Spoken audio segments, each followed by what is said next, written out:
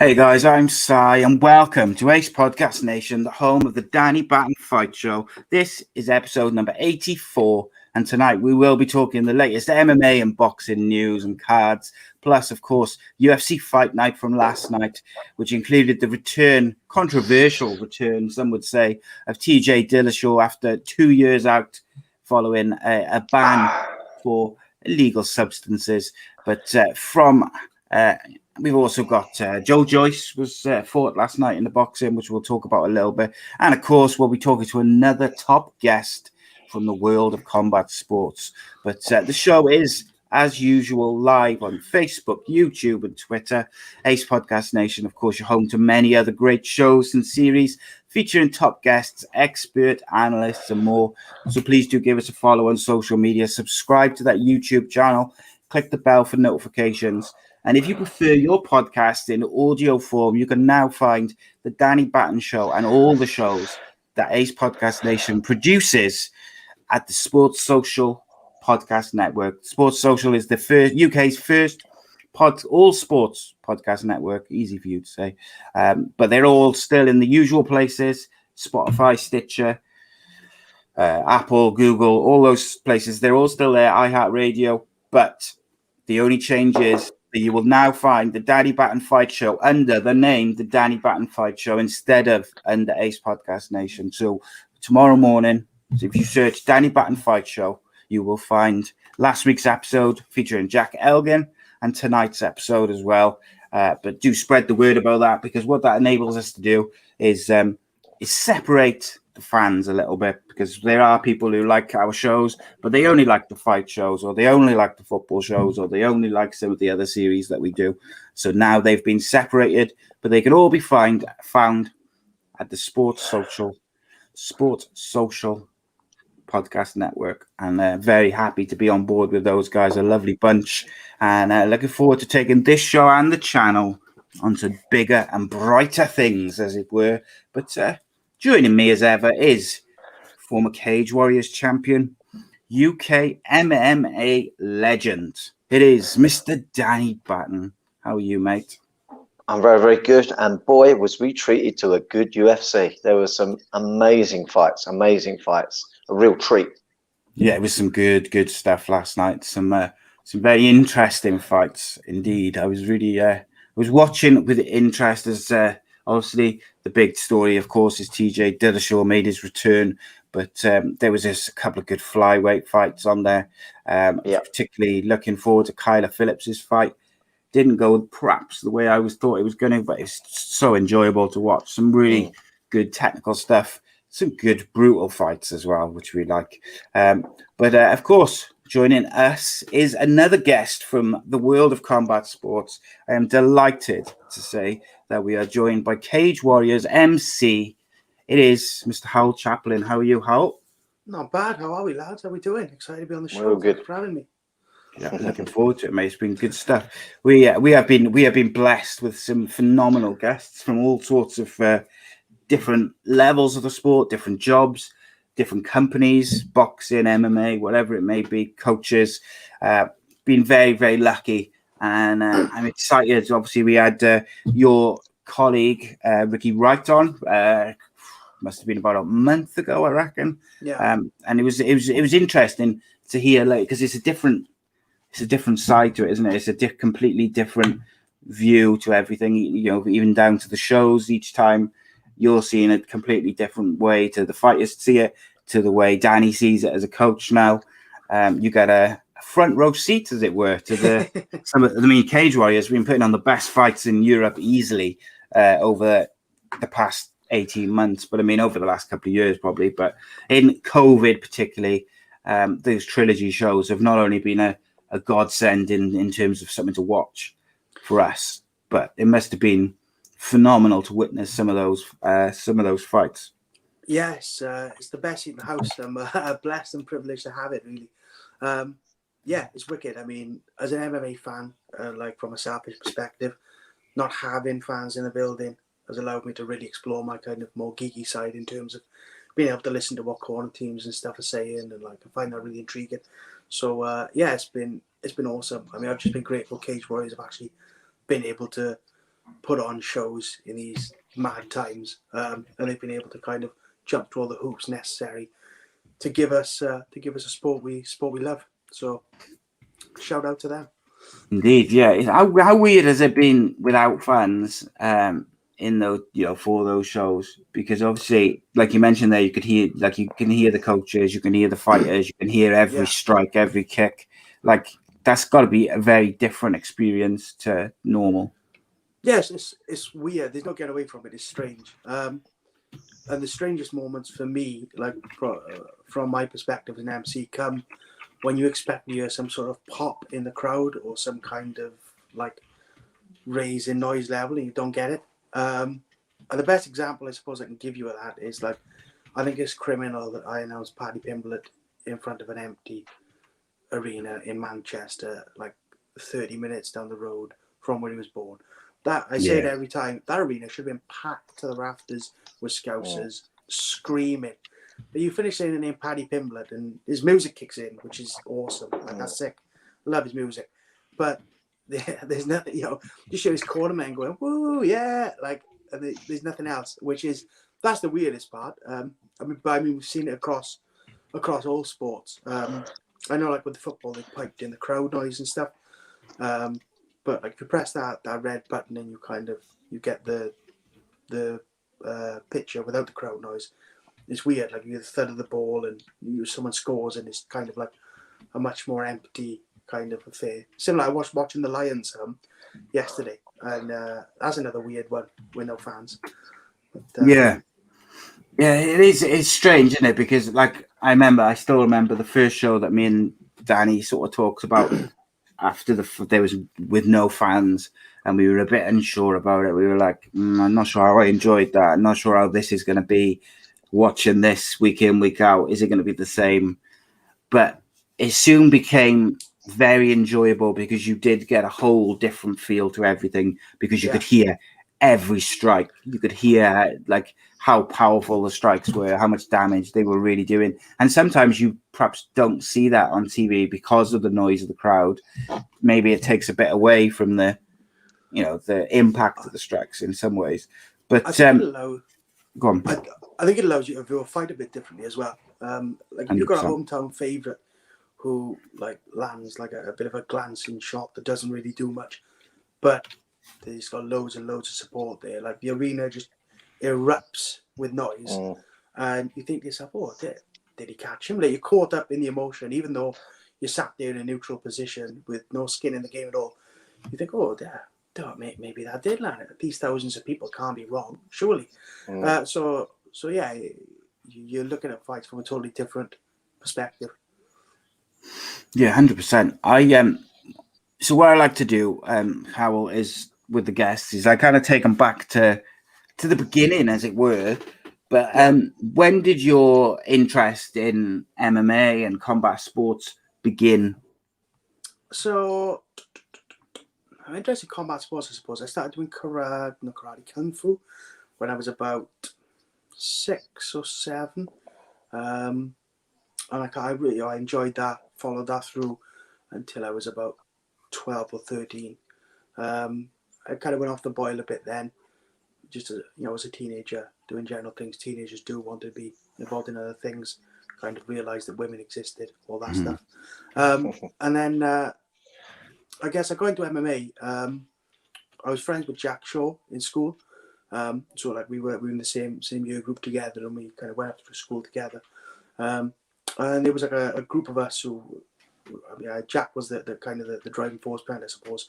A group of us used to bother together, and I think my first introduction to it was probably I bought the UFC game for the Xbox 360, and that was my first kind of like introduction to it. And yeah, I kind of just fell in love with it from there. Started watching little bits on YouTube of MMA and stuff. I started going and training and doing a bit with Richard Shaw at what was Trilogy Combat. And yeah, I really liked how multifaceted the sport was then. Obviously, in other combat sports, it's it can be seen as maybe one-dimensional. Where you got your kickboxing, your boxing, stuff like that. It's focused on one art. I love the fact that this was kind of a multitude of arts, and back then it was kind of like late 2000s, creeping into the 2010s. So it was still a little bit like striker versus grappler, kickboxer versus wrestler. So that idea of like different styles colliding, that was really interesting to me. So yes, that was how I kind of got into it. How did you go from kind of like a fan who did a bit of training as well to being an MC, an announcer, and getting that front row seat that we discussed? So I used to go to shows with Richard Shaw. He ran shows like Samurai Fight Night and Pain Pit, which is now Cage Warriors Academy Wales. Used to go, and there were a few of us who trained at the gym. We were about 14, 15 at the time. We'd go and we'd set up, we helped set up. We kind of like put the mats out in the changing rooms, put up like some bananas, jaffa cakes, and water for the fighters and things like that. We were, general kind of running around behind the scenes, day of the show kind of jobs, putting flyers on seats, all that kind of stuff. And then we'd stay, we'd watch the show, we'd help pack away at the end. When I was watching the show, I'd always say to the boys, I think I could do that. Funnily enough, it was Ricky at the time I was watching. I'd say, I think I could kind of, I'd like to have a go at that. I enjoyed amateur dramatics as a kid as well. I said, I think I could do that. And of course, they'll say, shut up. No, you couldn't. Whatever. Like, dumb, stupid. Yeah, and I kind of maintained that. And, you have a play about, don't you? Do you know what I mean? We'd all be together watching the UFC. And you turn the volume off. And they say, go on then. Do it. Have a go. Mm-hmm. And then I went away to university, and I had a phone call off Ricky Wright saying there was a show in Llanelli that needed an MC. He couldn't do it. I went to university in Carmarthen, which is about 30 minutes away from Llanelli. He said, do you want to do it? It's in a place called More of a Social Club, kind of like a working man's club. Probably about 200 people there. Do you fancy a go? And I thought, yeah, I'll have a crack at that. I've got nothing else to do. If I remember rightly, I went, did the show, came back, and went straight out on the town. But that was my introduction to it. I went out, did my first show in Llanelli, and I kind of snowballed from there. I picked up with a white collar boxing promotion called H46 Pro, who I work with. And then I covered a Cage Warriors Academy Wales show. Because they needed an MC, and that's how I ended up doing the shows for Cage Warriors Academy Wales. And then I'm still doing the undercards of the Cage Warriors shows in Wales.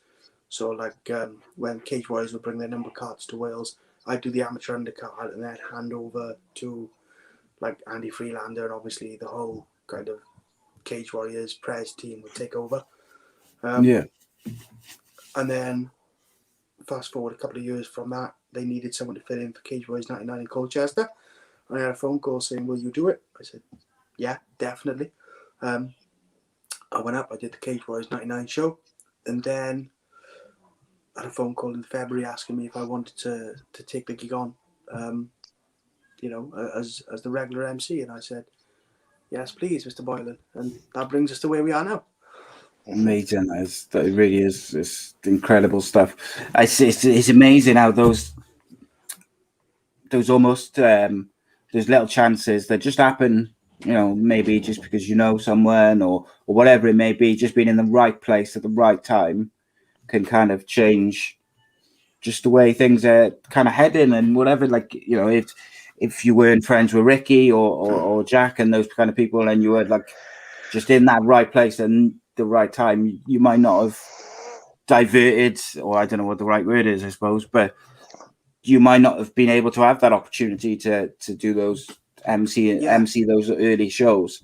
I mean, and obviously you haven't looked back since. Like, yeah, I remember before my first ever training session, being quite nervous. So it's something new. Am I going to be any good at it? Like, if you ask anyone who knew me as a kid, I had 2 left feet couldn't kick football for love nor money. Like, was terrible at sport. I was thinking to myself, oh, this really a good idea. Like, I might just set myself up to get a bit of a paste in. Didn't really know what I was letting myself into, but again, I think to myself, like, what if I'd let that fear kind of grab hold of me and say, oh, actually, I'll give it a miss. I'll do it next week. And then you never end up doing it, do you? So sometimes I do think back and I think, that's a tiny moment. But if I didn't take my opportunity in that moment, then all these kind of things wouldn't have snowballed to bring me where I am today. Incredible, that is. I love it. Stuff like this. Like Danny, there's a lot to be said in there. Just like life as a whole, and not just for Howell, but for anybody. It's like it's amazing how you just end up in the right place at the right time to get the opportunities which can open doors and take you into fantastic places and opportunities.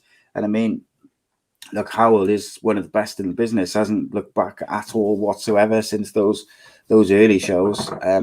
You only have to take a little look on social media and places like that when Cage Warriors is on to see how highly people speak of Howell as an MC, but also like the people from within Cage Warriors about how highly they speak of him as a person as well. But yeah, what do you say about being in the right place at the right time, Danny? Yeah, absolutely. I think it's a case of having options and eyes and ears open at all times. And along with that, I think when you put your feelers out and you put it to people that, oh, hey, I think I could do that job, just him saying, it obviously took him of interest. I mean, for me, it's so far from what I'd ever imagine that I'd ever attempt to do that, it's nothing I ever spoke about. And but we're all different. For me, I went down the scrapping route, and for Howell, he's gone down this route. And he got given an opportunity because Ricky knew that he was interested in perhaps doing something like that, and he filled a spot, and he never looked back from there. Opportunities started to present themselves for him, and I think it's great. We can talk about nerves competing, but I think that's nerves on a whole different scale and different level to be doing something that I don't know how you do it. I'd find it very, very hard to do. I personally think. I get out of the cage before the hard work starts. I get in, I say my piece, I get out, I watch one of the best spectacles on the planet, and then I get in and just tell everyone what's happened. I always say it, like my job's definitely easier than the fighters. People come to me and say, "Oh, I couldn't do your job." Mate, I couldn't do your job. Like, it's also courses at the end of the day, isn't it? But I definitely think the fighters have got the tougher end of the stick. I do say a lot of the time to some of the fighters that we speak to, when you got a job which just involves being punched in the face every day for a living, it's kind of like it's one of them, and you've got to have a certain mentality and a certain what's the word? I don't know, certain intensity and toughness about you, both mentally and physically, to be able to day in, day out, put your body through what these guys do, and they make no mistake, they put their bodies through a lot. Danny, have you come across Howell on the Cage Warriors circuit much? Well, not ever to talk to, because whenever I've seen him, when I've been at Cage Warriors, I've been obviously you're rude, mate. You ignore. Well, there's that point to it. Same thing every time we have a guest. And you say, "Oh, I've never spoken to you." It's because you ignore. You're big time. The truth of it is, I'm there to do my job, and he's very much there to do his. And you get designated areas, and Howell will be going from cage side literally, and then in the cage to do his bit and back to cage side, kind of like a ring girl, but not so pretty. And I'm in the changing room, so I'm only out very, very briefly, and that's intense when I'm out there and cornering for my man. So yeah, I have seen him numerous times. Obviously, I know who he is. I know he's very good at his job, and I don't know whether he recognises me from being around multiple times around Cage Rush. Okay, so yeah, so yeah, it's just one of those things. It's just it's weird. You feel like you do know him in a weird way. I feel like I do know how, although I don't. Yeah. I just know him for what I know him to do. But that goes to show that he's doing his job well in a weird way, because I just accept that he does what he does. I don't ever think, oh, that Hywel Chaplin, the guy that looks awkward and embarrassed a bit. I don't think that. He does it and does it well. It's kind of like a ref, really. They're there, they're there, but a really good ref, you don't see them, if you know what I mean. They're doing their job so well. It's about the fight itself. It's very, very much about the fight. It's about delivering the information about the fighters in a really good way, and about drumming up that crowd with good vocal skills. And that's why I say it's quite hard to do, because I think I'd get up there and get a little shy. But you don't. You say it with authority, you get the crowd up, and it takes certain personality types to do that. I know you say about you had 2 left feet with sport, but you talk well and you put information over very, very quickly, very, very clearly, and with good vocals. And it's not something that many of us can do. And it just comes easy for you, and that's great for you. And fighting comes easy for others. That's great for them. And that's the interesting thing about the world and that we live. We've all got different directions that we go in. You've got yours, we've got ours, and it all works great. And yeah, you're good at what you do. You're definitely good at what you do. Thank you, mate. I appreciate it. That's all right. Howell, you mentioned like you used to do a bit of training and stuff. Were Yeah. you ever kind of at a good enough level to maybe do it, amateur or sort of look at it as a career, I guess, as a pro fighter? No. No? The short Do you answer still is train? Do you still no. train now? Not currently. I've dipped in and out over the years, and I dare say I'll dip in and out in the future. But no, I was never at that level to kind of make a career out of it. I don't think, personally. I enjoy the sport. I still enjoy the sport. I enjoy grappling. I did a couple of grappling competitions when I was about 17, 18, something like that. Did some juvenile grappling competitions. I think for Jack Shaw's first ever amateur fight, I think I jumped in, and there were a few of us obviously around the same age group. This was back when amateur was like body shots, standing up and on the floor. I jumped in for a couple of sessions to make the bodies up in fight camp. So that was cool. That's a cool thing to have done. A really enjoyable thing to have done.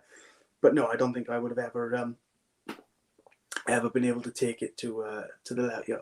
I don't know. Maybe I could have been a punch bag on a Cage Warriors prelim if Ian Dean was really desperate. Maybe, but probably nothing more than that. What about like interest in other sports, boxing and things like that? Is that something? Are you predominantly an MMA fan, or do you follow like boxing and rugby or football or anything like that? I like more sports, to be fair. Is it? Yeah. I like more sports. Just can't play them very well. I like the boxing. I follow that loosely. Like MMA. I like golf as well. Big into golf. Like the rugby. Obviously, it's kind of bred into us over here. I think I'm the only Welshman in Wales who doesn't like rugby. But you must be shunned in society. Yeah, I feel like the odd one out. I do watch the Six Nations. I watch, and probably a good job because I met my wife through watching rugby in a pub. Ironically, because we're both at the time we're like season ticket holders for Cardiff City, and we met over rugby. But there we go.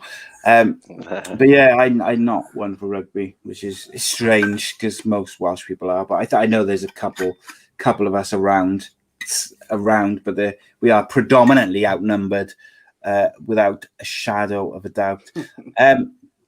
What about like influences, Howell, in terms of as you've sort of kind of developed your own style and stuff like that as an MC? I'm assuming that your very first time of MCing, when you got that opportunity to the most recent Cage Warriors trilogy, your style, your confidence, the way you do your job has probably changed and it evolved over that time. Is there anybody who's either helped you along the way, or anyone maybe who just sort of is a bit of an influence on you? Yeah, I mean, in terms of help, I've had lots of help. Just along the way, along the journey, meeting good people. Ricky Wright obviously helped me. I actually shadowed him before I did a show, and he kind of showed me how he wrote his cards, how he kind of got the information off the fighters, all that kind of basic stuff that, you know, it seems obvious now, but going into it, you think, oh yeah, I actually do need these guys' heights, weights, all that jazz. So actually, you know, I haven't got a tape measure where I measure them on the spot. Like, do you know what I mean? So I need that information beforehand. So Ricky gave me a lot of help with that. I never forget my first show. I sounded like a pound land Bruce Buffer. That's the best way I could describe it. It was terrible. And then Richard Shaw gave me an opportunity to do some of the fights on the undercard of his show, which was like maybe a month or two later, to give me some experience. And I remember doing my sound check. I was doing this really bad Bruce Buffer experience, Bruce Buffer impression. I just remember going, stop. What is with the accent? So that's when I really focused on just kind of having like a neutral accent. And it's kind of developed from there, yeah. I guess influences, I really enjoy watching Joe Martinez. I think he's a class act. I used to really enjoy going to Cage Warriors shows and watching him do his thing. That was literally part of the reason. Obviously, I love the fights as well. But yeah, Joe Martinez was a big influence on me. Obviously, Bruce Buffer, I really liked his kind of, I liked his flamboyance, if you will. Yeah. I like the way he did things, the way he was, you know, he's very enthusiastic and passionate. And I like that because I like to think that's something that I try and bring through in my announcing. I try and bring through my passion for the sport and my enthusiasm for it. So yeah, I mean, obviously doing the undercard of Cage Warriors shows, I had lots of chances to speak to Andy Freelander, who did the MCing before me, and again, he was really helpful in terms of just talking to him and just. I tried my best to kind of be like a sponge when I'm around people. I always think of it. You know, there's that old saying that if you're the smartest man in the room, then you're in the wrong room. You know, I like to be surrounded by people who I perceive as being maybe more knowledgeable or better than me, and just trying to be like a sponge and really kind of soak it all, you know, soak up all the knowledge and the information, and just constantly try and like improve and evolve. But yeah, as far as help and influence goes, I think that's kind of fairly well. I like it, mate. And then, you know, over the years in both boxing and MMA, there's been so many like really top level MCs and announcers, but also they've all got their own spin and they've all got their own kind of twist on things and how they do it. And I think, and I'm only saying this from the outside, obviously, but like I would imagine that when you first start, it's very easy to kind of mimic or fall into the same things that you see these guys doing on TV week in, week out, because that's like the natural thing to do, isn't it? But all of the most successful ones, both in the UK and, you know, around the world, they've all got their own slight twist on how they do it. And I think that includes you in that as well. There's definitely no rule book on it. There's no, you can't go anywhere and kind of read how to become an half decent MC. That book doesn't exist. Maybe someone should write one. But yeah, I think that's the good thing about starting on small grassroots shows. You know, just like a fighter is not the same fighter he was in his first fight, his 20th fight.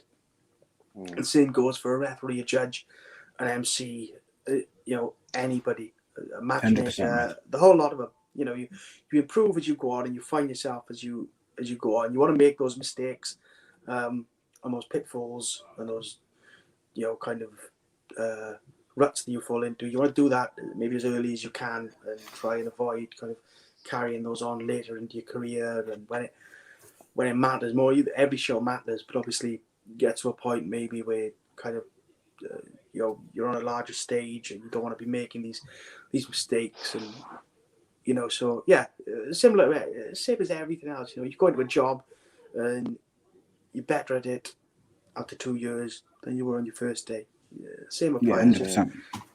Yeah, and how? What about like the dress code?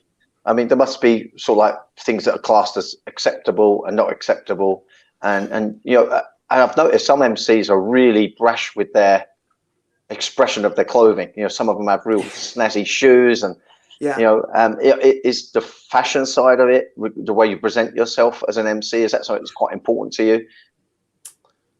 Yeah, I always like to look. Obviously, I like to look smart, but I always like to try and look a bit interesting, or I never want to be the grey man. The guy who just totally blends in. I never want to overshadow anyone or anything.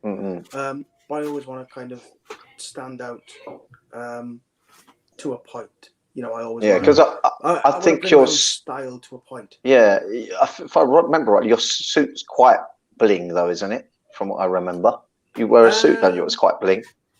I've got a couple. I've got a green tuxedo and a red one. Yeah, that's pretty expressive. Yeah.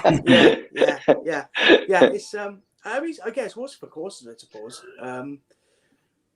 Some people would prefer not to wear attire that's as loud. Others enjoy expressing themselves more. I mean, for me, like, I picked up the green blazer just before we went to Cork. I actually picked it up the day after Cage Warriors 109, which I believe was in Birmingham.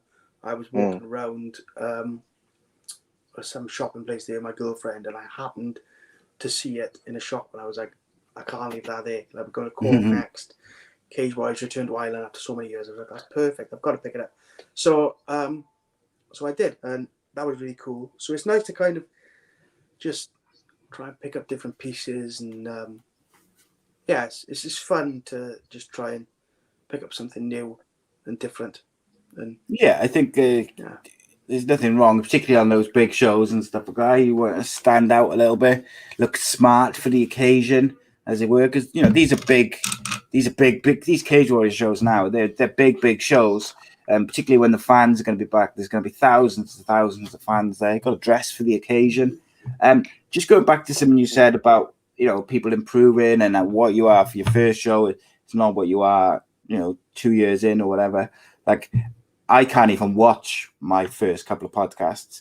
And if I had my way, I would delete them off the internet. And I've nearly done it a couple of times, but I haven't. I find them unbearable, but it's because there was nerves there. I was learning, and it was all different things. I was using Skype and just all different types of stuff that you evolve over time. And like Reese has just said in the chat there, if you look at Canelo Alvarez when he fought Floyd Mayweather, when he lost to Floyd to now, the difference is just incredible. Like, he's now the pound for pound best fighter in the world, and most likely would be considered up there for one of the greatest of all time for many. Whereas against Floyd, he got completely outboxed. So it's an interesting thing, which whatever you're doing, like you say, you get better, and if you put the work in and the research in and the effort in, you're always gonna improve as you're going along. I think the worst thing for me is I have to watch a show back to try and just pick flaws and pick holes in what I've done. And I think that's part of improving. You've got to, it's a bit like when footballers play a match and then they watch it kind of the Wednesday after in training. You've got to watch that, even if you've been hammered 5-0, even if you drop some absolute clangers, you've got to watch it, because you've got to be able to pick up on how those mistakes were made, why they were made, because you don't want to make them again. Like, it's bad enough when we've all got things in our lives that we can think back to. They could have happened 15, 20 years ago. And when they pop into your head randomly, you think, oh, that was, you don't want to make that mistake again, So Come on, spill the beans on a big mistake. Have you ever got like a complete name wrong or got the fighters around the wrong way? That's what I was going to say. What's the biggest mistake you've ever made? So the biggest mistake I've ever the biggest mistake I've ever made. I once there's two mistakes I've made. One was Josh Reed. Josh Reed, who was a good friend, fights £135. Yeah, crazy horse. Fights £135 bantamweight. I managed, in my infinite wisdom, to once announce him at £170, which was, and I said it, looked at my card, and I thought, what are you doing? You know, it was too late. It was too late. It's done. And I had to move on. The other one, my very first show, referee was a great guy called Chris Jones. So I was in the cage, I was nervous. We're in my prom suit, like properly nervous, like my legs were shaking, they felt like jelly. And on his shirt, he had his name, Chris Jones, written on his going across his chest. He shook my hand. Ricky had told him I'd be doing the show. He said, "Hi mate, all the best. My name's Chris Jones. I'm refereeing tonight." Excellent, great. Chris Jones, your referee. Got that in my head now. Turn to the crowd. Ladies and gentlemen, your referee for tonight, Chris Davis. He literally looked at me. Says Chris Jones at the shirt. So that's another one of my clangers I dropped. It's normal. That's natural, that isn't it? So I think especially when you're talking for a living, there's it's gonna happen. You're gonna get your words mixed up, or you're gonna have like a bit of a brain, and because you're speaking for a living, it's once you've done it, there's no time to go back and repair it. It's in the ether, it's out there, and there's no going back. Yeah. There's nothing you can do about it. You just got to kind of own it and whatnot. Are you like a really big critic of yourself in terms of are you harsh on yourself when you would have made those mistakes? Does it play on your mind afterwards, or do you kind of just see it for what it is and move on? Yes. Yeah, I am harsh on myself only because whenever I make a mistake, I know that I can do better. So I am, I'm fuming at myself. I'm so annoyed at myself. And that's it then. If I've got a show the night after, I'm going back to my hotel room, I'm running over every little bit of information I have until I'm happy that I've nailed it. If I've made a mistake that night, I'm going back to my hotel room, I'm running over everything until I think it's absolutely golden. But I think that's how, for me, that's how I kind of improve. That's how I right those wrongs, by saying to myself, yeah, I'm going to be 100%, mate. I'm going to be better next time. What, how's it been with the Trilogy shows? Because obviously, predominantly over the years, it's been one Cage Warrior show at a time. And then this last sort of year to 18 months, it's been 3 on the bounce, 3 days in a row, back to back. That's another kind of new experience. That's another thing where you've got you've got a lot more work to do in a condensed, 3-day period, haven't you? Because you've got all those fights each day. Yeah, I really like them. The worst part is obviously you have a 3-month gap between your last show and then your first show. So your first couple of fights in your first show, you're just kind of checking in with yourself to check that everything's going as planned. But then what I love is the fact that when you come to the last show, it's like falling off a log. You know exactly where everything's going, boom, boom, boom. You're going like clockwork. You're really into it. So I love that aspect of it. And in terms of kind of having more work to do, I have more work to do within 3 days than I normally would from an MCing standpoint. But I have the same amount of work to do as I would for 3 shows, if that makes sense. It's no different, they're just back to back to back. That's the biggest difference. I have to kind of try and look after my voice a bit more, I guess. In terms of, I've got quite good at it now. In terms of knowing how much I can push myself day 1, day 2, and then day 3. I've said I've got good at it now. I'll drop a clanger and I'll use it all by day 2 of the next time we have a show. But you get to know yourself and you realize, okay, I can give this much on day 1 with a big crescendo at the end, this much on day 2, and obviously day 3, you've got everything left to play with. What about well, I guess it's a question. What about if like you woke up on the day of, I know, day 1, day 2, and you'd completely lost your voice? Is there like a stand-in or an understudy or someone who is ready to kind of stand in for them? For you? So I would drink an awful lot of honey and an awful lot of lemon and an awful lot of hot water. And I would do my utmost to get there. If not, I guess the honours may fall to somebody like Brad Wharton, who's obviously comfortable around a microphone, or maybe Dan Hardy, Dan Strauss, somebody like that who's already there. That would be my guess. I was just wondering if there was like a set person to stop me doing this. This show. But I try my best to look after my voice when I'm there. Plenty of hot drinks.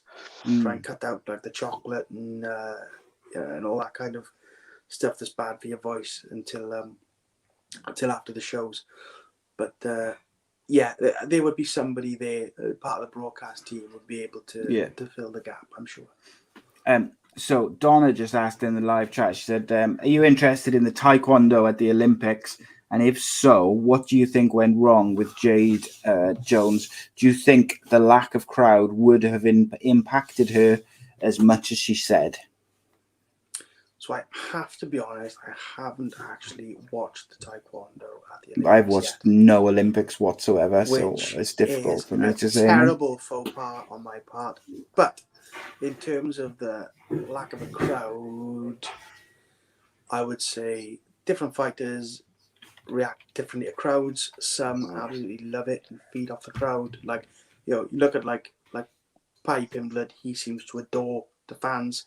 Other fighters may have found it, other fighters kind of find it much easier fighting in their opponent's backyard because they don't feel they have the pressure from fans.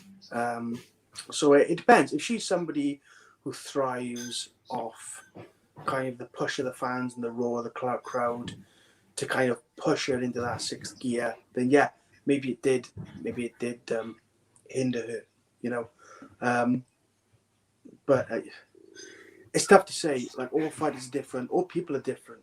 People react differently under pressure. Maybe she didn't feel as much pressure without fans, which could have been detrimental to her performance. There's lots of contributing factors that could have fallen into play. Excuse me. Yeah, Danny, I suppose it's one of those, isn't it? There's so many different factors, like Howell says, which goes into it. But if you are someone like a Paddy Pimblett, I'd say like Jack Shaw, people like that who've got big followings, who follow them around wherever they go, wherever they compete, and traditionally Welsh athletes do tend to have that type of following, which will, whether it's athletics or rugby or football or wherever they go in the world, they take a following with them. I guess that would make a difference to you if you're used to having a bit of a following, wouldn't it? It's a hard one to say. I suppose the best answer is really what Hal gave, that it really can depend on the person, I guess. But really and truly and honestly, if you're proficient at the sport that you do, you should be immersed in the moment and concentrating on who and what you're up against rather than the crowd, to be honest with you. Yes, it can change the sense of the atmosphere, I guess, beforehand, but in the moment you should be able to switch yourself on. To me, that's part of the skill, and part of the skill of combat is to be concentrating at all times. I mean, you got someone trying to throw shots at you, and Taekwondo, I've done Taekwondo for many years. It was the first martial art I had done, although in the Olympics it's the WTF. I did the ITF, which is the semi-contact version, but nevertheless, I think with a crowd or without a crowd, I'm concentrating in the moment. You've got to be careful also as a competitor that when you start saying things other than what's directly involved with your camp or your body or what happened in the actual event of the day regards your opponent, you're really at risk of sounding like you're making excuses as well. Yeah. So even if that was a factor, I think that just goes to show a lack of ability to concentrate, which is all part of the skill set for me. I just wouldn't say it. So personally, not to criticise the girl, because obviously she's representing her country. A follow-up to what she said, like Donna's just put it in the chat, but I was just reading it on the BBC actually, because I was surprised by what she said afterwards, because she said that she normally looks to her family when she's competing and she was lost without them. Now, that to me does feel, I don't want to criticize her because, look, she's just had a very disappointing result in the Olympics in a massive, it's a massive event. It's a massive achievement to even be in the Olympic team and things like that. But it does feel a bit excusey. But she's, of course, she's extremely disappointed because she was looking to get a medal. She was, I believe, and I could be wrong, but I believe she was, one of the favourites to get a medal. So she's disappointed. But does it surprise you to hear like a top level, Olympic level athlete talking about not interacting verbally, but like looking over to family or to fans? It's a bit of a, I don't know, it's a strange one for me, I guess, but I've never competed at that level or any level, so maybe I'm the wrong person to comment on it. I used to have my brother and my dad used to come and watch me fight, and I did when I went out to the cage and I'm waiting for the other fighter to come out. If I was out first, I would look out to them and give them a thumbs up. I'm all good. I'm raring to go. And quite possibly in between rounds, I think I've done things like that. But there's been many times when I fought overseas that they've not been there to do that, and it doesn't change for me personally the outcome. And I think for most people, I just think a natural instinct, human instincts, sometimes from the embarrassment of an expected performance will detract from what was truly wrong, which was, not being as good as the person you was up against that day. I don't want to sound harsh, but I kind of suppose I've got this harsh outlook because being a coach and being a competitor myself for many years, you've got to be honest with yourself and you don't want to be blaming any one thing. And I don't know, it sounds so right what this girl was saying, it could be making a difference, but to me that is part of therefore the problem, because not all the time you can have your family there, unfortunately, for different things. What happens if a family member's poorly and not there? What's she going to do? Not compete now because you think she's not going to compete so well if they're not there? I just think you should be more focused on that. And it sounds horrible. It sounds like I'm being a complete dick, but I'm just trying to be honest. And I think someone here's a special surprise for you, Danny. Joining us now live from Satellite, Jay Jones. Yeah,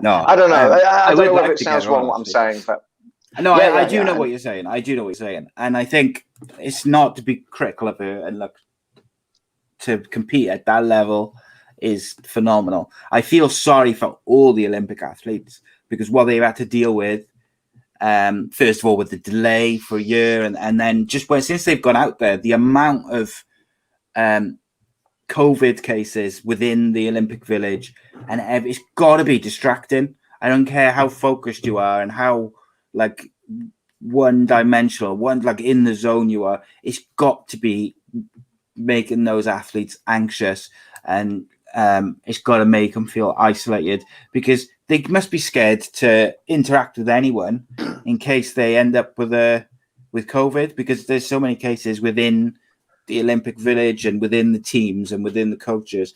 It's got to be distracting.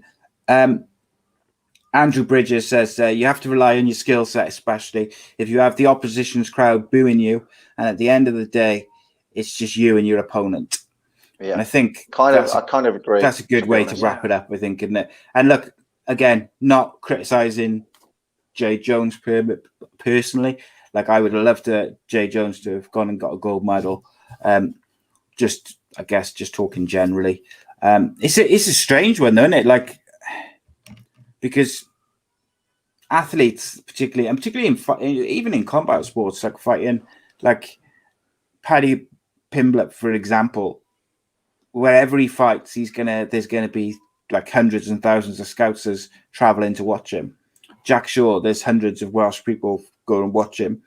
I'm talking pre-COVID and stuff. If you take that away, does it make it more difficult or easier? Or it's a strange one, because yes, of course, they should all be, all fighters should be completely focused on the job at hand.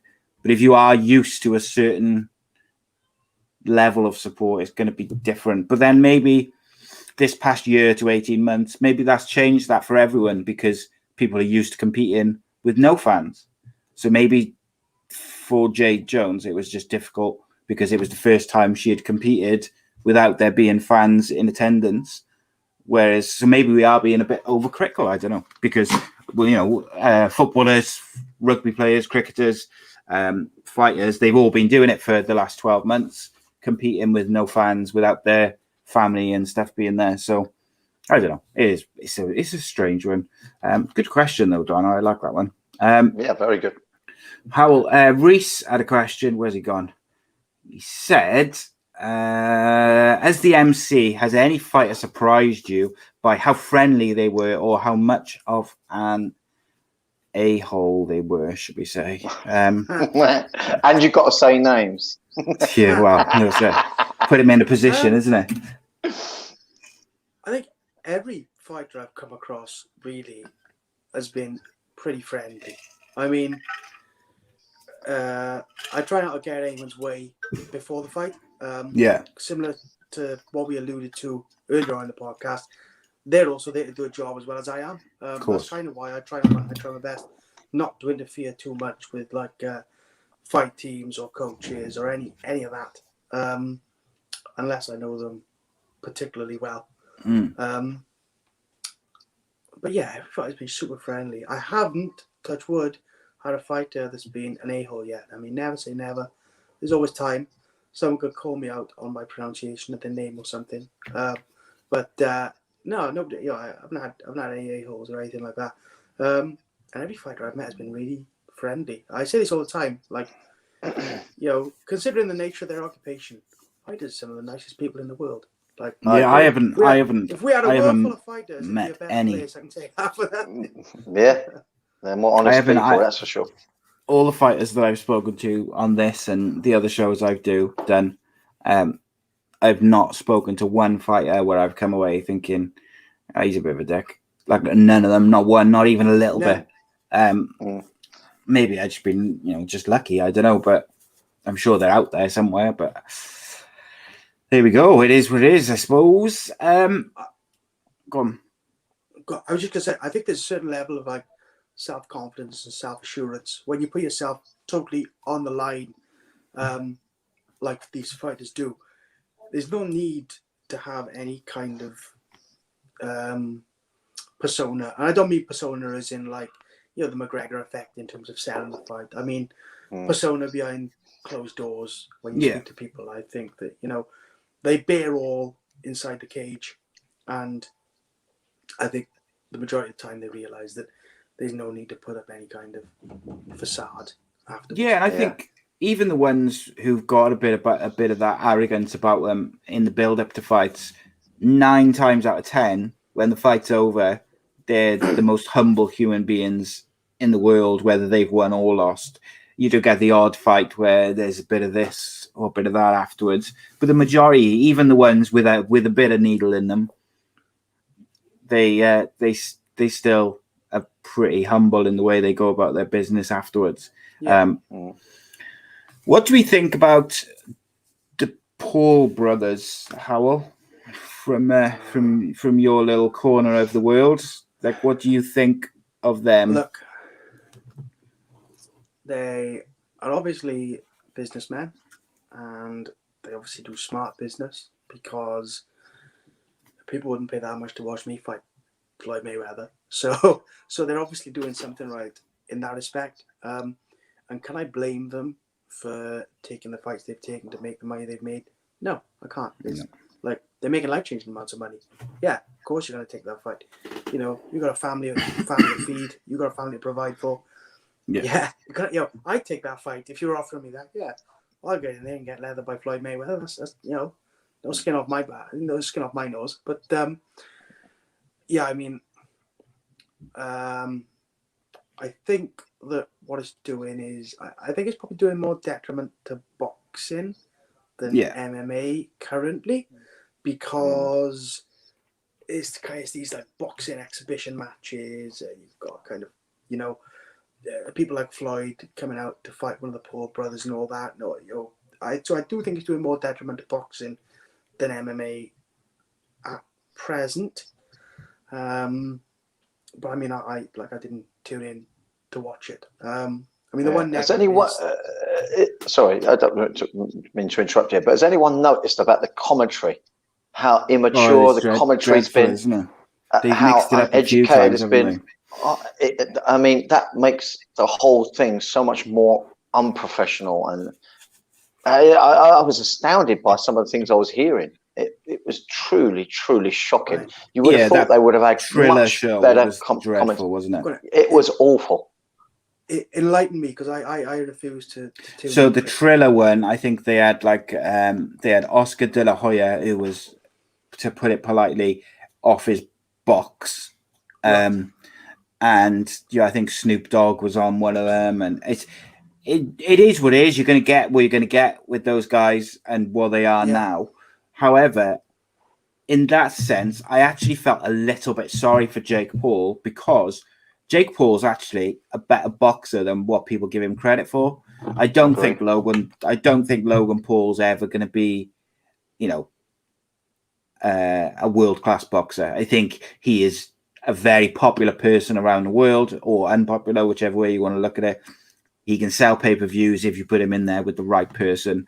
Jake Paul is actually, dare I say it, a decent boxer, to the point where I actually think he might beat Tyron Woodley, because I don't think Tyron Woodley has got the power that he once had. And I think that's kind of,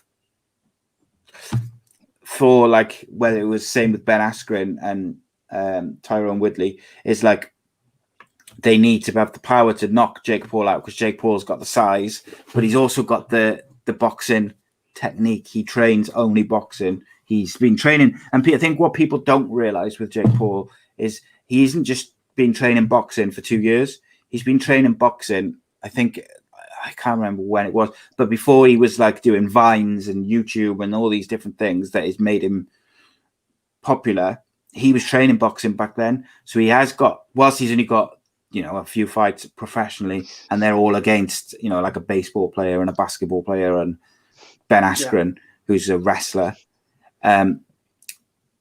He has got boxing training under his belt, and I think people aren't giving him that credit. And I do think he'll beat Tyron Woodley, which, as an MMA fan, makes me sad, because that's going to be another kind of MMA fighter which is going to go down, and then it's just going to be built more and more. And let's face it, the biggest fight the fight that Jake Paul wants, and the biggest fight that he can get, is Conor McGregor. And if he keeps beating guys from MMA, that's going to happen. I think I said that to you, Danny, didn't I, when he first started saying stuff about Conor McGregor's misses? I said that if Jake Paul keeps winning, it'll happen, because just like they're good businessmen, so is Conor McGregor. He got 100 million. He got 100 million for fighting Mayweather, and Conor McGregor versus Jake Paul will outsell that in pay-per-views by a long way. And that's why Jake Paul and Logan Paul keep getting these fights, is because they're selling more pay-per-views than any other boxer on the planet.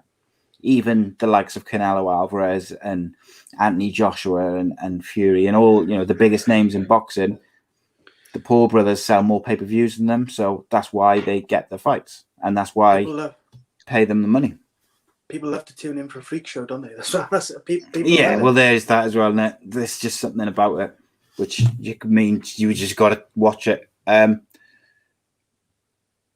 terms, just while we're on boxing, Howell, do you think if Anthony Joshua and Tyson Fury ever fight, who do you think will win that? I think Tyson Fury does him in 6. I agree.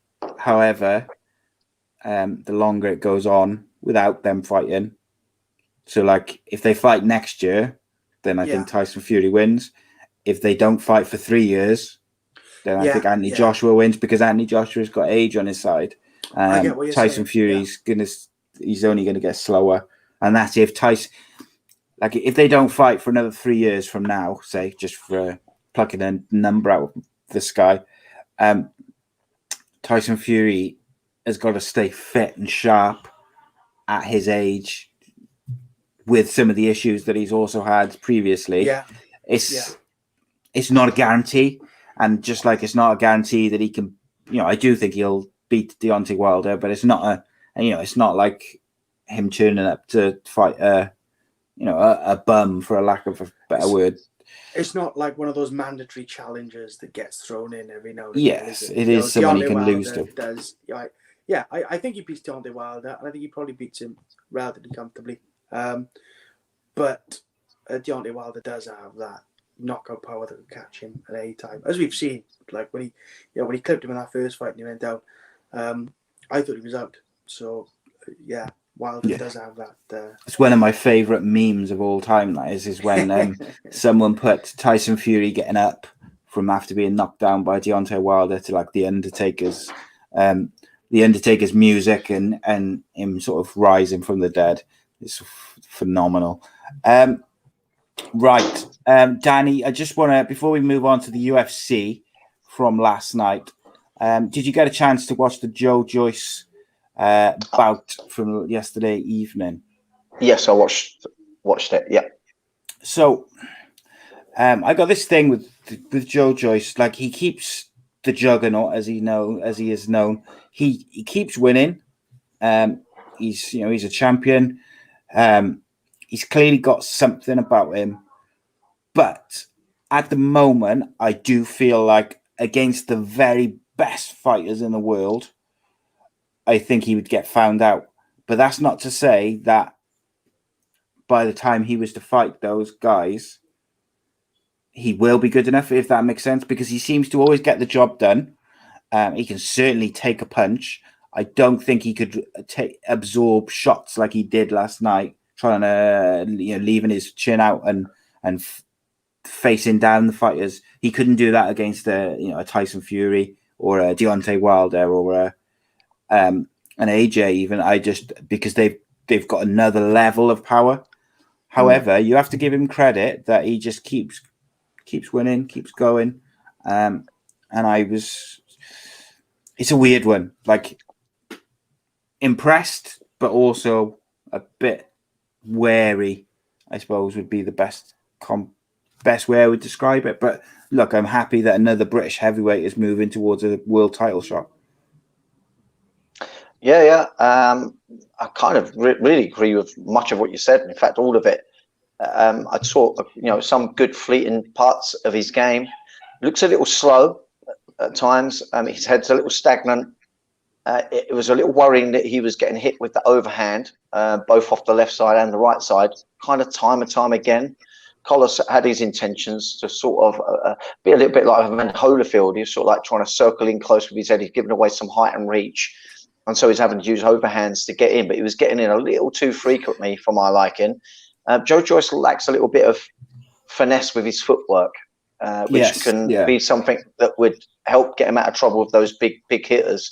And also guys that are going to match him for height and reach.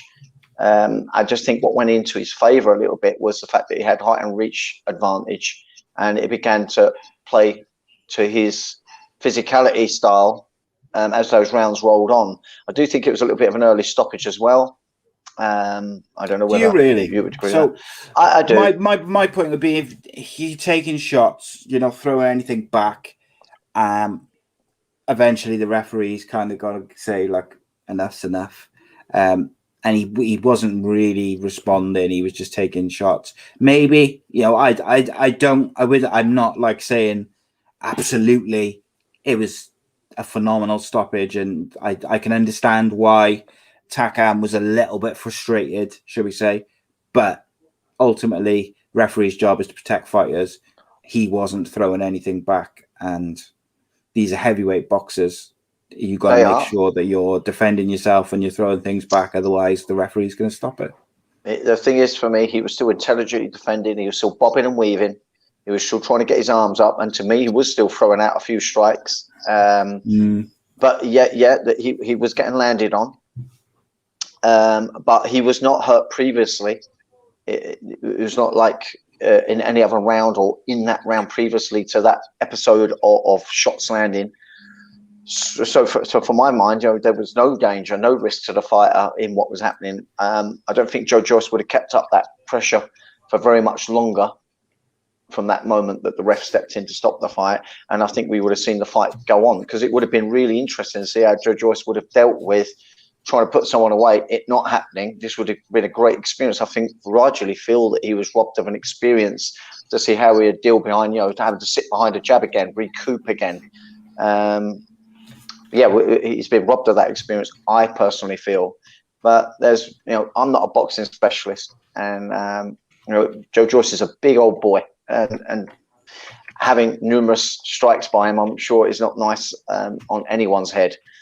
So, and also you've got to understand that your referee, he's in there, he's going to be very, very experienced. Maybe he saw the eyes roll, maybe got the signs with the footwork that we're not picking up on, that this guy was getting hurt and he had to step in and protect him. So I do hold my hands up of my potential ignorance, but with the limited knowledge that I do have, and I'm going to admit that I have a limited knowledge on it, I felt that it was stopped a little early, and I feel like it would have been better for Joyce had it gone on in preparation for stepping up to go through a little adversity in that fight, and we'll never know now.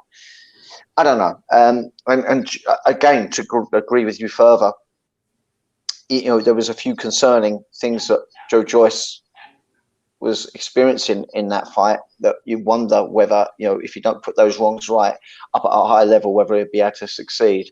But time will tell. You've got to give the guy a chance to grow, and his fight camp and his trainers, I'm sure, are well versed in trying to improve and increment someone's level, and I'm sure they'll be telling them the right things and getting him the right type of experience to improve his levels to take on those bigger and better boys. So we'll just see. Time will tell.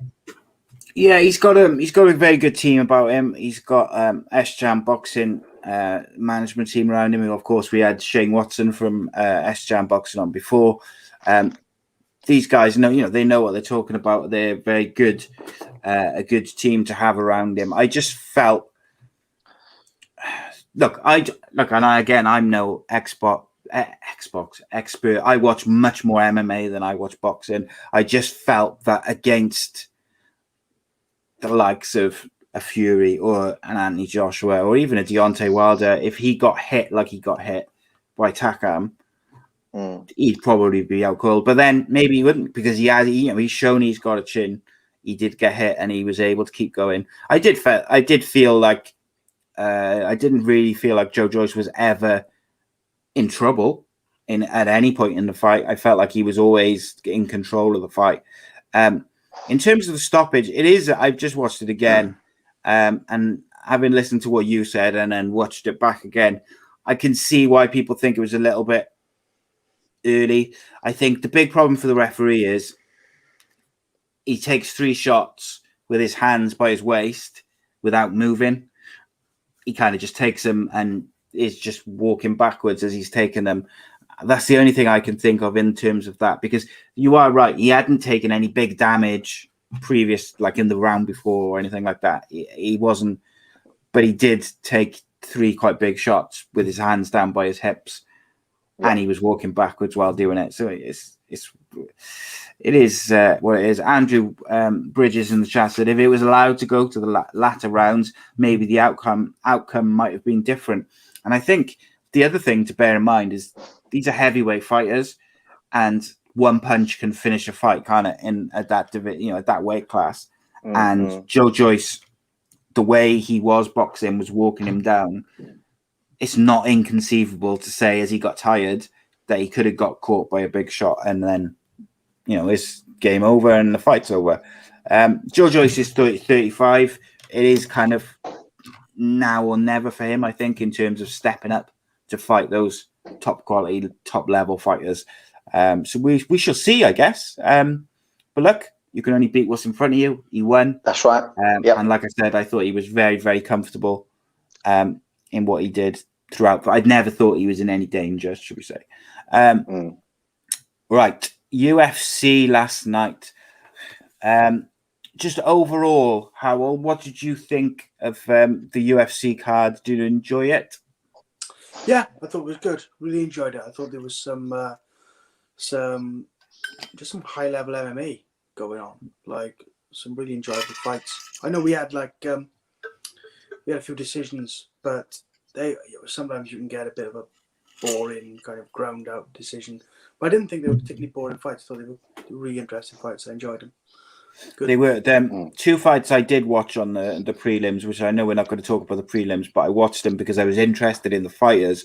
I watched Mickey Gall, who obviously beat CM Punk a couple of years back in his little stint in the UFC, and then kind of had a few issues, got found out against some, for lack of a better terms, proper fighters.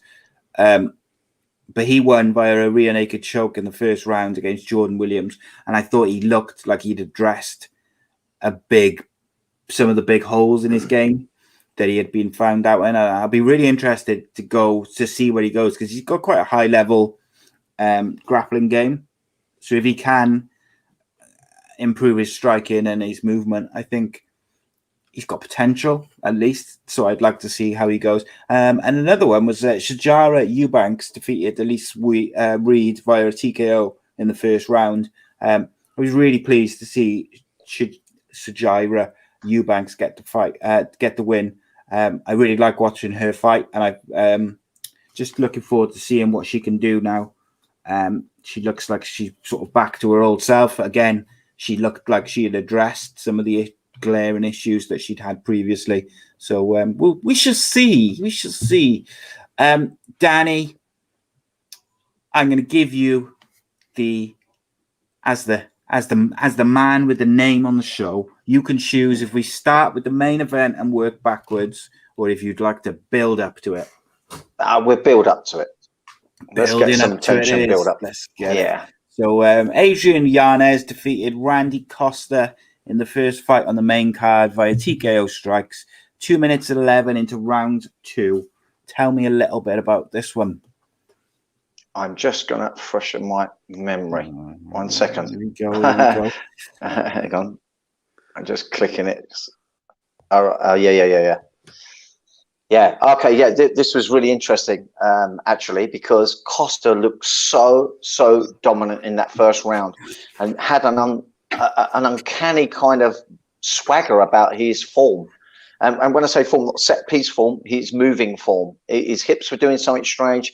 I heard the commentary say that he come from a karate background, kind of explained his very round kicks. They were really coming from the outside in, but didn't get any successes with those head kicks, although they was keeping Yanez busy and occupied, having to keep defending, because obviously head kicks coming at you. You want to make sure your hands are in place and your footwork's in place, so they're not consequential.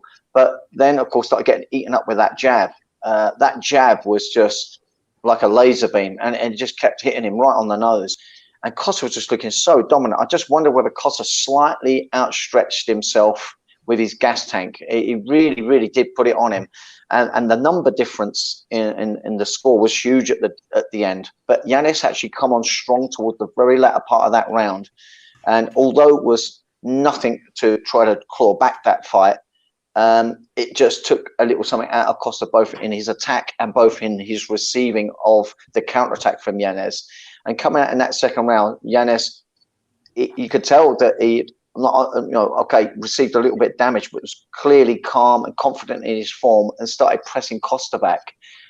He landed a really good body shot, a really good uppercut that downed Costa, and Costa was kind of crumpled to his knees, kind of really began to fail both mentally and physically. And Yanez come back with an emphatic great win. I think it's just a little inexperience on Costa's front really. I think if he had just reeled himself in a little bit with his energies, I think he would have continued to have his dominance more so on Yanez for the second round. I think Yanez probably, if the fight played out, he would have gone the distance. Yanez probably would have won that third round, but by then they would have both been more debilitated to not on being unable to finish each other. But as it was, Costa overshot himself. Yanez come back in that second round really, really strongly and stole it away from Costa. Bit of a shock, really. Yeah, it was a really interesting fight. I just really enjoyed it. I got to be honest. Howell, what did you enjoy about this one? What did you make of it? Yeah, it was really good. It was a really good fight. Like we said, Costa really strong first round. I thought he was going to come back out in the second round and kind of do more of the same. But yeah, it wasn't to be. I thought that Yanez came on really, really well in the second round. And obviously we saw that then with the TKO finish. Yeah, 100%, mate. It's a big win for Yanez. I got to be honest. I think be interesting where how he develops from that, and he can use that as a stepping stone to really push himself off now, because Randy Costa's a decent fighter, and to finish him, I think Yanez can go on and really show what he's capable of doing, and show his skills in the biggest company in the world at the end of the day. So it's up to him to do that. He's got to capitalize on it. If he goes and loses against I don't know, like just a similar sort of fighter, and doesn't capitalize on it, it almost undoes that hard work, doesn't it? He needs to go and capitalize on that victory by getting another one and building up some momentum. Then we had Emcee Barber, rank 14 versus rank 13, Miranda Maverick. Miranda Maverick, that is an incredible name for an MMA fighter, I've got to say. Superb. With Emcee Barber picked up the win by a split decision, a very close fight, this one. Howell, go to you first, mate. What did you make of this one? It was a really good fight. It was really close. Like, it was back and forth contest. I mean, both these girls are really young in their careers. That was what I noted at the start. They're both really young fighters, both pretty good prospects as well. The issue is the women's divisions aren't as deep as the men's are there. I was almost a little bit surprised that they met up. I thought maybe they would have met a couple of fights down the line, but yeah, it was a good fight. I could see why it was a split decision. I actually thought that Miranda Maverick maybe did enough to win it, personally. Yeah, I had Maverick 2 rounds up. I was a little bit surprised, but it was close. It was a good fight. It was a good fight. It was close. I wouldn't want to call it. You can't argue with the decision, really. No. Danny, what did you think of Emcee Barber and just the fight overall? I really enjoyed the fight because the difference in styles. Maverick looked a little thicker throughout her whole body. She looked naturally bigger than Barber. They both struggled with each other's range. That might have been because they was opposite stances, maybe. But Maverick was getting the better of that because she could dominate the center of the cage and was pushing Barber very much to the outskirts. And I felt that because of that, Maverick took that first round. In the second round, Barber had her spells. I think she started to realize that when she shot in on Maverick was making a mistake with her arm position. She kept reaching around the head and trying to strike with the arm that should have been staying in place as a whizzer, wrapping around the far arm. And this was getting her back taken at times. This was making her look a little vulnerable in that clinch. She definitely was making mistakes. She had to be really physical to try and draw herself out of those sticky situations. And it made Barber be able to then come on with the offensive striking in that second round, and it made it look a little close. But I think it was at the end of the second that Maverick ended up taking her back right at the very end, and I felt like this was enough. That if you have a look at the strike count, Maverick was ahead. If you have a look at the way the fight finished, she was on her back. To me, she took that second round. The third round, I would have given to Barber. She kind of got herself together better physically. With her energy levels and just looked more lively. Maverick, it took something out of her those 2 rounds. I think being a bigger girl, it looks probably likely that she's cutting more weight, and it began to tell on her a little bit with that round 3. So I definitely would give Barber that round 3, but I was really surprised with the decision, to be honest. Because again, look at the strike count; it was in Maverick's favor. quite substantially Yes. for her in the first 2 rounds and finishing with the clean back take position. Yeah, I was a little bit disappointed for her because I think she's got great potential, as is Barber, because Howell pointed out really correctly that they've both got very, very young careers, showing some great maturity, but still things to learn. You can see that in their games, but they're great prospects for the pair of them. And it was close enough for it to, okay, it went the other way on a split decision. There was argument points, but yeah, push comes to shove, I would always give the nod for Maverick on it. She really, really did impress me. Barbara just looked a little bit more vulnerable than she has in previous fights. Yeah, absolutely, mate. But I thought both showed enough to make it such a close fight. It was an enjoyable fight. Yeah. It was like almost like toss of a coin in the end. But next up was Darren Elkins defeating Derek Mina via a TKO via strikes. 3 minutes 48 into round 2. Danny, what did we think of this? It was fast and furious. Incredible performance from both, first and foremost, but just really putting it on each other. There was just exchange after exchange. I mean, really, you would have to take this fight and really critique it and micromanage everything that happened in it, and literally stop the clock every 10 seconds throughout each of the rounds to process what went on. There were so many exchanges and such an exertion of energy on both parties. It was Mina that got the advantage in that first round and took that first round. He just had a little bit more control on the ground when he got it there. Not without Elkins having his display of chances. But Mina was really, really just impressing with the constant attacking. And I began to think to myself, is he going to be able to keep this up? Going into the other round, he did keep it up. He was attacking. But Elkins, like he's done time and time again, you got to remember this guy's 37 years old now. And he keeps himself in such incredible physical shape. And you could argue all fighters are fit. But one of the standouts about Elkins is that he always ends up winning because the other guy gets tired. And he don't. He just keeps coming on strong, and that's kind of just what happened again with against Derek Mina. Derek Mina began to fatigue slightly and missed one of many opportunities to try and pull off a submission.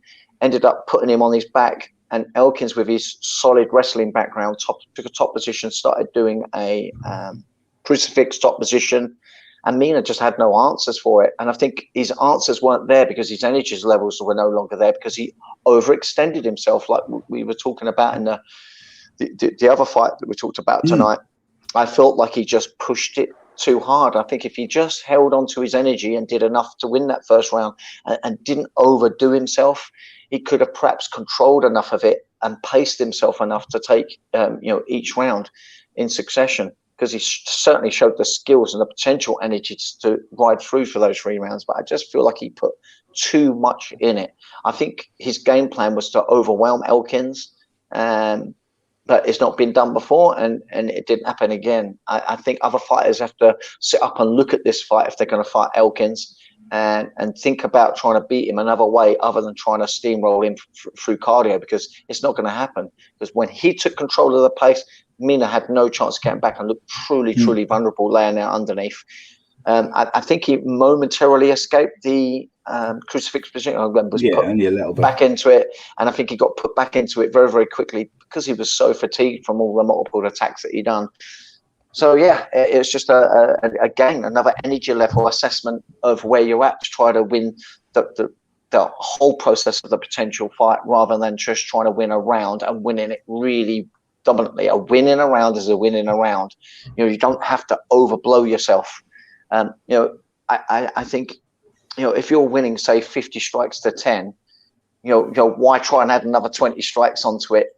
Unless there's a real opportunity to put this fight away. I think sometimes people are burning up so much energy when someone else has got all their limbs and all their energies to defend those potential attacks. I think something I teach my students is hold back a little bit of energy. Always fight at about 80, 85%. Hold that 20 to 15% back to either have the sense and the taste of blood to finish if the opportunity presents itself, to push that little bit more, and also have that little bit extra to get out of a position that, you know, is getting into a real nasty TKO type of scenario, or, you know, a submission scenario, to bust up a little bit of energy to get out there and then go at 100%.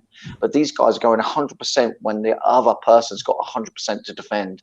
And of course, the natural cycle of that is the person putting 100% in is always going to obviously go into deficit at some point. And when you're getting counterattacked, you're now defending without the capability of defending it with 100% energy. Spot on, mate.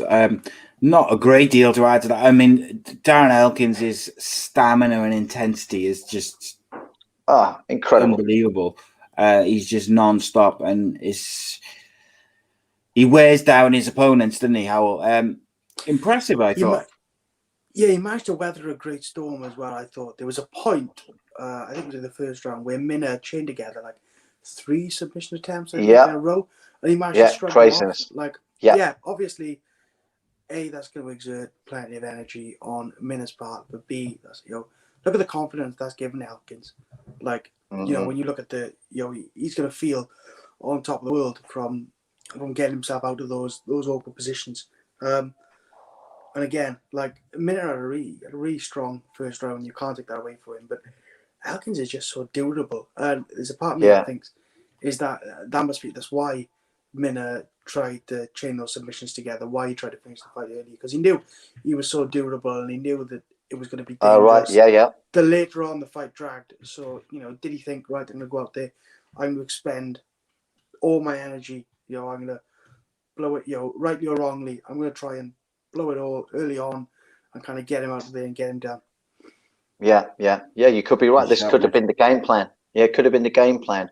Did you see how frustrated? I mean, Elkins must have been feeling it, because when he got taken down very, very quickly in that first round, you see the frustration and almost anger, and he was kind of rabbit punching, you know, with some tenacity behind it, but not in a position to do any hurt there. But he was literally punching out of pure frustration of getting taken down so early, because he's a very, very good wrestler. I think he's really frustrated at himself, but you know, it started to go his way, and when it did go his way, he was making more of a consolidated job of it than Mina was. And I, you know, reiterate again, Mina was trying to do everything he could against someone that had everything he had in him to defend. And when he was defending, he no longer had the protection of energy to defend himself properly against Mina. And there was one point as well where Elkins, I think he could have gone for an arm triangle, but he just decided to tie off the arms, which is, I think, something that he's obviously doing a lot in training. He tied off those arms into crucial position, and it was just a great performance. And like I say, you know, he's 37 years old now. We've seen many fighters reach this sort of 35 age and not looking what they used to look. He's looking every bit of what he's always looked, if not even better. There's some fight in that old dog yet. 100%, mate, definitely. Next up was probably my favourite fight of the night. It was the flyweight bout between Ralian Pavier. I'm sure you can correct me on that. Howell, as the resident MC, ranked 12, defeated Kyler Phillips, ranked 14, by a majority decision, 29-28 across the board. Although, 29-28, 29-28, 28-28. What a fight. Howell, you talk about this one, because we gave Danny the limelight on the last one. Yeah. But this was exceptional. It's a bit of a barn burner, wasn't it? I think it's Halian Paver, but I could be wrong. Paver. But yeah, this was absolute barn burner over 3 rounds. It was brilliant. It was back and forth constantly. I really enjoyed it. If I'm correct, I think there were some good scrambles in there as well to get back to the feet. There were some really solid shots landed off both guys, and you could tell by the end of it they'd both been in a war and they'd both been in an absolute tear. But for me, I think it was the fight of the night, the best fight in my eyes anyway. I really enjoyed it. Great fight over 5 rounds. Like I said, some of these fights can be a bit like, you know, you go 5 rounds and it's a bit boring. This one definitely wasn't. This one was over 3 rounds. Sorry. This one lived up to it. It was brilliant. You know, I thought right, I'm going to say his name, so I don't get it wrong. I thought Pavia deserved the win. I thought it was the correct decision. Yes. But yeah, really good fight. It was a good fight. I just thought I was expecting beforehand. I think I had tipped Kyler Phillips to win. I thought he was going to win, but Paiva was exceptional, I got to say. Great fight though, Danny. Brilliant fight. I agree. It was an exceptional fight to watch from start to finish. There's another one of those ones that you could stop it every 10 seconds. You would have a talking point about something that was going on with the fight. Yeah. Paiva looked exhausted at the end of both the first round and the second round, and looked like he was almost doubting himself at one point. He didn't get up off the canvas, did he? In between rounds, he was kind of in his own corner. And so that, just that body language made you think, is he beginning to crumble from Phillips' energy? Regards to the decision, I'm not necessarily going to argue against it, but there is argument that Phillips perhaps could have been scored a 10-8 in that first round. It was literally so energy filled. You got to think, at what point do the judges score a 10-8? I don't know. A little tricky one to know, but he really was dominant over Paiva. I don't know. So there was only that really point of an argument which could have perhaps changed the decision to a draw, or however. But take nothing away from both of the fighters. They've both done a great job. The reason why I don't think it's fight of the night, I would say the main fight of the night was fight of the night, and my argument was that it was a higher level, two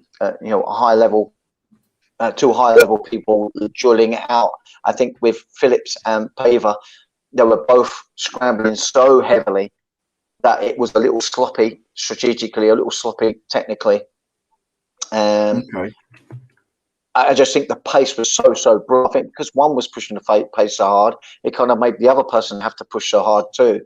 And they were both giving each other so many opportunities to keep reversing on each other. Whereas the main fight we'll get to, I just think that was overall a high level affair.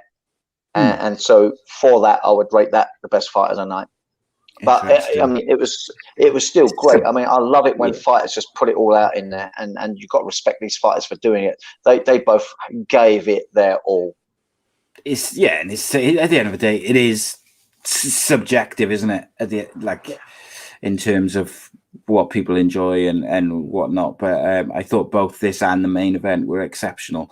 It was really enjoyable. Interesting what you said though, Danny, about whether Phillips, was it Paiva you said, or Phillips? No, I can't remember. 10-8. Phillips could have won a 10-8 round, which would have obviously changed things up, made it more of a draw. And but again, judging over these past, even in just this past month, has been puzzling at times. I think is probably the easiest and most polite way to say it. And I think that's just the way it is at the moment, isn't it? It's just until we get some clarification, we just have to kind of put up with it. But with the main event, which was TJ Dillishaw, who somehow is still ranked number. Oh no, I do apologize. I read that wrong then.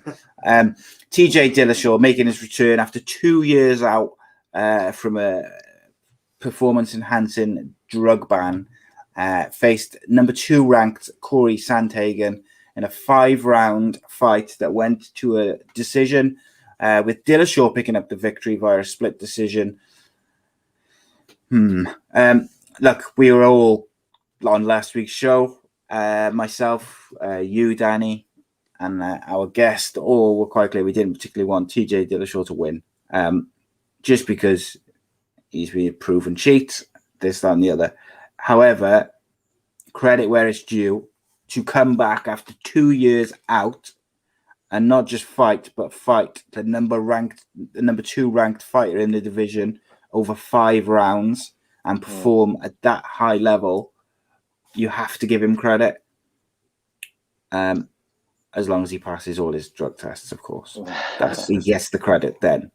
But look, it was impressive. Yep. Who do you want to go to? I don't know. I'd say you, Danny. No one wants to talk about TJ Dillishaw. Go on, Howell. You have a chat. Let's go, Howell. TJ. We were talking about it before we started the show. 2 years out's a long time, especially to come back at the elite level. You see guys on the regional circuit about 2 years out. Admittedly, I'm sure TJ's been training that time. But guys are out for 2 years, they come back. There's a bit of ring rust there. Throw in the fact that it's a 5-round main event against the number 2 ranked guy in the division. That's not an easy return fight after 2 years off. Like, I don't care how much you've trained. That's not easy to do. I can't imagine. I'm not speaking from experience, obviously. But coming back against an opponent of that caliber, you've got the eyes of the world on you. I should imagine that USADA will be at his door much more frequently than many other fighters. He's probably getting those nice 4 or 5 a.m. wake-up calls a little bit more frequently than other people. To come back to perform as well as he did over 5 rounds as well. I thought he performed well. I thought he fought well. And like we said, as long as we find that he's not on pads, then, well done to him. If he fought a clean fight, then he fought it well for a 2-year absence. It's against top caliber opponent as well. Yeah, good shout. Danny, what did you make of it, mate? Yeah, great fight to watch from both. I was kind of surprised at how well Dillashaw fought again because of those two years out. And, I thought that he wouldn't be able to have the cardio without the substances that we know that he's taken. I've put down his extreme cardio to that. But he performed incredibly well. And, you have that burning question, is anything going to come out? But, let's really step back from that and look at the performance for what it is. It was utterly impressive. It really, really was. And I think, in my mind, he got the nod for the win as well. Sandhagen's really been on a roll. He's been looking so super sharp. But there was one hole in his game, and that was giving away his hips without having a reaction for an underpummel. He wasn't able to underpummel. He was always having to fight that hip hold. And he was losing cage time, and he was having to use energy to break free from it. He was getting these potential sharp shots that we got so used to see kind of potentially smothered. He couldn't just open up completely, although he did at times. He had success with that jumping knee, didn't he? That was really, really good, and had more success, I feel, with his cross punch than he did his jab. They were both doing the right sort of things that I like to see of modern MMAs in these lightweight divisions, switching up their footwork all the time, switching up their attacks with their footwork, defending and counterattacking with their footwork in retraction, meaning that they got their right leg forward, left leg forward, switching up their combinations like a true MMA should. The performances on both parts were incredible, but Sandhagen just made a mistake on his hips, allowing the hip hold, which gave away cage control time to Dillashaw, a little respite for Dillashaw because he had to work harder than Sandhagen for his combinations because he had to give away height and reach. So he had to really step in and chain together bigger striking combinations, and also did a very, very good tactical choice of at times purely hacking the legs of Sandhagen, which again is another really good call. When you're giving away height to someone, you start hacking away at their legs because you can't always get access with your hands. I think this was another good choice. And the other thing that went against Sandhagen was his choices to do some spinning techniques, again giving away his hips. I just think because of his dominance in recent performances and the way he's got away with doing his spinning techniques, he continued with that delusion of dominance against someone that could take advantage of those spinning techniques that he chose to do, which got his back taken and put him to the ground. I think without those intricate mistakes, I think he could have won it from the outside, but it just wasn't to be. He just didn't put in his game, in his training camp, the kind of things that are needed to decipher the puzzle that Dillashaw was putting and presenting in front of him. Dillashaw's, I don't know whether that was his game plan, the way it went, or whether he just noticed there was a hole in Sandhagen's game, or whether Sandhagen, because he was making these small tactical errors and was just sensing them and reacting to them, which is even more mind-boggling because of the 2 years out. Normally it takes a real well-seasoned regular competitor to be able to pick up on tactics and errors and take an advantage with reaction like he did. I am jaw-dropped by the performance. I really, really am. I'm jaw-dropped by the performance. And as much as I disagree with what he's been caught with doing, stripping that all away, hats off to the guy. It was One thing you could amazing. say, though, mate, about TJ is when you, like, regardless of what he did, his fight IQ was always up there with the best in the world, like in terms of being able to adapt in a fight and change up things or hone in on an opponent's weakness. I mean, we saw it do it to I've forgotten his name. What's the guy with the neck tattoo? Cody Garbrandt. He did it to him twice, didn't he? Where he just the one time he folded him up like a deck chair, where he just completely changed his stance and he adjusted the way he had been fighting, because Cody was just wildly swinging because he had let the emotion get into it, and he was so desperate to get after TJ Dillishaw because he had let his personal feelings get into it instead of being the technical fighter which had got him to where he was. He kind of went all in and he was swinging wildly, and TJ Dillashaw adapted for that and knocked him out. He was always very good at that. And I don't think, I think it's fair to say that that's not because of Peds. Yeah. But, you know, you can't take it away from him. You can't take away the fact that he got caught cheating. And he's got to deal with that now as a competitor, hasn't he? No matter what he does, no matter how he could go on the best run any fighter's ever gone on to finish his career off for the next couple of years. And it will always be, but he was it's just he's got to live with that. He's going to get that. He's got to live with that, absolutely. But I just want to say, for any of the high level guys out there that are watching and listen to what we say, but what I've been saying, you know, have a look at some of those wrestling exchanges and have a look at when Dillashaw wasn't succeeding with his hip control. It was because Sandhagen did dig the underpummel. And there was a time when Sandhagen dug the underpummel, shook him off. And there was another time he dug the underpummel, got driven against the fence, then pulled his arm out from the underpummel and then got his back taken again. So he's got to improve his set fixed piece positions up against the fence, and also try to improve that, you know, when someone's shooting in on you like that, to dig that underpummel. So there was a constant safe zone that Dillashaw could keep going to for safe respite, you know, for some recovery, scoring cage control, and that recovery was making him be able to go on these constant attacking runs. And so you know, really, Dillashaw was doing the more faultless performance overall, and Sandhagen lost largely because he had these exposed holes to his game that he couldn't put to rights within those 5 rounds, unfortunately. But you know, if they look at this and critique it again, this could be a great, you know, second run fight. You know, obviously Sandhagen's probably going to have a couple of fights to reprove himself. This could be really interesting how they come at each other the next time around, because I feel like Dillashaw's going to have to still do the same thing he's done in this fight.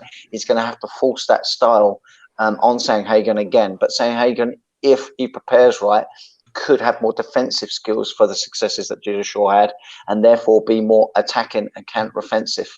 And I think my money, although it was on Sandhagen this time around, I think second time around my money would be on Sandhagen, because I think he's got the bigger physicality difference and can put the small tactical changes to make it tip too far in his favour. Interesting. It's I tell you one thing, that bantamweight division is insane. It absolutely is. It's just ridiculous. You've got stacked. You got like the champion in Aljamain Sterling, then you got Petr Yan, Sandhagen, Rob Font, Jose Aldo, Garbrandt, Moan Moraes. You got Edgar, you got Pedro Munez, Dominic Cruz, you got Murab, you got Jimmy Riviera, Marlon Vera, Kyler Phillips, and Cody Starman, and that is without. That's just the top 15. You got people like Jack Shaw and guys like that who, like, we've all talked about in various formats over the years. Like Jack Shaw will be in that top 15 rankings, in my opinion, in the next 18 months, probably 2 years. Just because if he's able to get enough fights in, he could be up there a lot sooner. He's that good, and there's a few others like that outside the rankings who are more than capable. I'll be fascinated to see who they give TJ Dillishaw to next, because it's this weird thing where if he hadn't had the ban, he'd be like top 5 probably. But because he's had the ban, he's out of the rankings, rightly so, which means someone outside that rankings can have a real big fight in terms of name value and whatnot. I got one question for you then before we finish. Would you like to see Jack Shaw versus TJ Dillashaw? Who's that to? Yeah, time to take him, yeah. I wanted to know if Howell, if he backed his buddy. See, and he did straight away. You got to back him straight away. Always back my boy. Yeah, I said, well, me and Danny said we want to see him go on like a legend killer run and fight like all the big boys like Jose Aldo and just tap them all out. Yeah, I get behind that. Yeah. Like Jack the Legend Killer Shaw. That's what it'll be. Get on board with that. Yeah. But that'll be a massive fight for someone, because chances are they will give him to someone. You know, there's no reason why TJ Dillashaw has to fight someone in the top 15 at the moment. So, but then they just given him the number 2 ranked fighter as well. So, we'll see. So we'll be back next week. But first and foremost, Hywel Chaplin, thank you for joining us, my friend, for the whole show. Thank you, lads. It's been a not pleasure. Just an hour, the whole show. What a man! It's been a pleasure. It's been good crack. I've really enjoyed it. Next week, we are joined by Shaw MMA fighter, fresh off his victory last night. Levi Bachelor is joining us next week, which I'm really looking forward to, because he won. He won his bout via decision last week, so looking forward to that. And it's going to be a good one. He's going to be a big name in a few years. Everything I've seen of him looks a real talented boy. Those leg kicks look brutal. So we'll be interested to see how it goes. But we'll be back next Sunday, 8:00. Do not miss it. We'll be back with our guest, Levi Bachelor. And if you like football, join us tomorrow night for the Andy Campbell Football Show. With it's just me and Andy tomorrow. We're a special show tomorrow, talking transfers, rumours, and previewing the season. But do check out the Sports Social on their social medias. But also, please do give the individual shows a follow and download the audio versions, because that's a new setup for us. So we're getting used to it. But in the meantime, have a lovely evening, and we'll see you next week for another episode of the Danny Batten Fight Show. No star. Defending champion, welcome, Danny Batten.